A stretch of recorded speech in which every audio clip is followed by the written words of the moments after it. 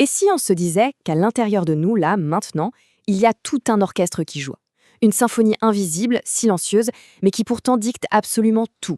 Notre humeur, notre énergie et même la qualité de notre sommeil. C'est une question qu'on se pose tous, non?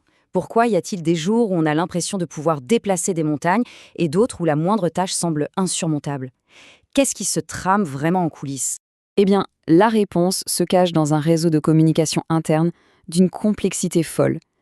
C'est lui, ce fameux orchestre secret du corps, le système endocrinien. Alors voilà à quoi il ressemble, notre orchestre, c'est le système endocrinien. On peut le voir comme un ensemble de glandes, réparties un peu partout, qui agissent comme des musiciens. Chacune a sa propre partition à jouer pour que l'harmonie générale soit maintenue. Et la musique de cet orchestre, ce sont les hormones. Voilà le mot-clé. Chaque hormone, c'est une note, un message chimique ultra précis qui est envoyé dans le sang pour donner un ordre bien spécifique. Le truc fascinant, c'est qu'elle ne parle qu'à certaines cellules, les cellules cibles, qui sont les seules à avoir les bonnes oreilles pour capter le message. Bon, une petite précision qui est importante, il ne faut pas confondre ces messagers internes, donc les glandes endocrines, avec ce qu'on appelle les glandes exocrines. Les exocrines, c'est simple, elles envoient leurs sécrétions vers l'extérieur. Pensez à la sueur, aux larmes, à la salive. Nous, ce qui nous intéresse aujourd'hui, c'est bien la communication à l'intérieur. Bon, un orchestre, aussi bon soit-il, a besoin d'un chef. Et dans notre corps, ce rôle est joué par une toute petite glande, mais d'une importance capitale. Nos sources le disent très bien, c'est un véritable chef d'orchestre. C'est celui qui va donner le la, qui va s'assurer que chaque instrumentiste joue sa partie au bon moment et avec la bonne intensité. Allez, on regarde ça de plus près. L'hypophyse, elle est minuscule, de la taille d'un petit pois, et elle est logée bien à l'abri à la base du cerveau. Mais de là, elle dirige tout. Elle envoie ses ordres à la plupart des autres glandes pour leur dire quand et comment travailler. Et sa partition est incroyablement riche. Elle produit au moins 9 hormones différentes. On a par exemple la TSH qui va stimuler la thyroïde, ou la CTH qui gère le stress via les surrénales, et même l'ocytocine, qu'on surnomme parfois l'hormone de l'amour ou du bien-être. Son influence est juste énorme. Ok, on a le chef d'orchestre. Voyons maintenant quelques-uns des musiciens principaux.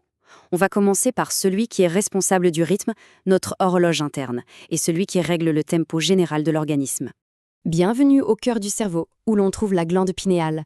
On peut la voir comme le métronome de notre orchestre. C'est elle qui donne le rythme, c'est la gardienne de notre horloge biologique. Son fonctionnement est vraiment fascinant. C'est simple. Le jour, avec la lumière, elle produit de la sérotonine, qui nous aide à être éveillés. La nuit, dans l'obscurité, elle prend cette sérotonine et la transforme en mélatonine, l'hormone du sommeil. C'est elle qui synchronise notre corps avec l'alternance du jour et de la nuit. Passons maintenant à la thyroïde, cette petite glande en forme de papillon située à la base du cou. Si la pinéale donne le rythme jour-nuit, la thyroïde, elle règle le tempo, c'est-à-dire la vitesse à laquelle tout le corps fonctionne. Le point crucial à retenir, c'est que la thyroïde, via ses hormones, va dicter à chaque cellule du corps à quelle vitesse elle doit travailler. C'est pour ça qu'elle a un impact direct sur notre niveau d'énergie, notre poids, notre température corporelle. C'est le véritable thermostat et accélérateur de l'organisme. On continue notre exploration de l'orchestre. On va maintenant s'intéresser aux instruments qui gèrent les moments intenses, les coups de pression, et à ceux qui, au contraire, veillent à l'harmonie et à l'équilibre global. Alors, les percussions de notre orchestre, ce sont les glandes surrénales, ces petites capsules situées juste au-dessus des reins.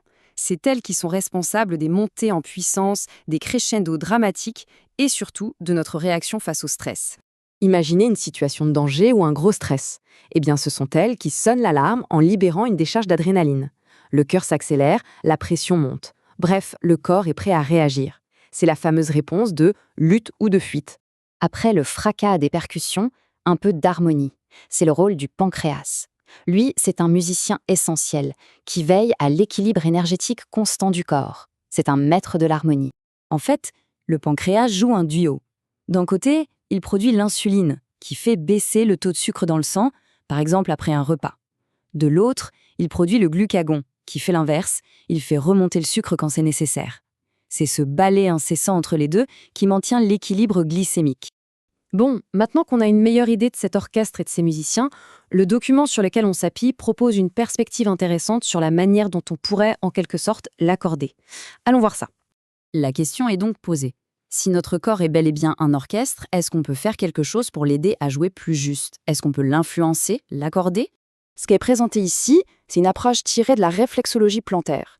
L'idée, c'est qu'il existerait des points réflexes sur les pieds qui correspondraient à chacune des glandes de notre orchestre. Selon cette perspective, le fait de stimuler ces zones spécifiques permettrait d'aider à réaccorder l'instrument, à influencer l'équilibre général du système. Et ça nous amène à une dernière réflexion.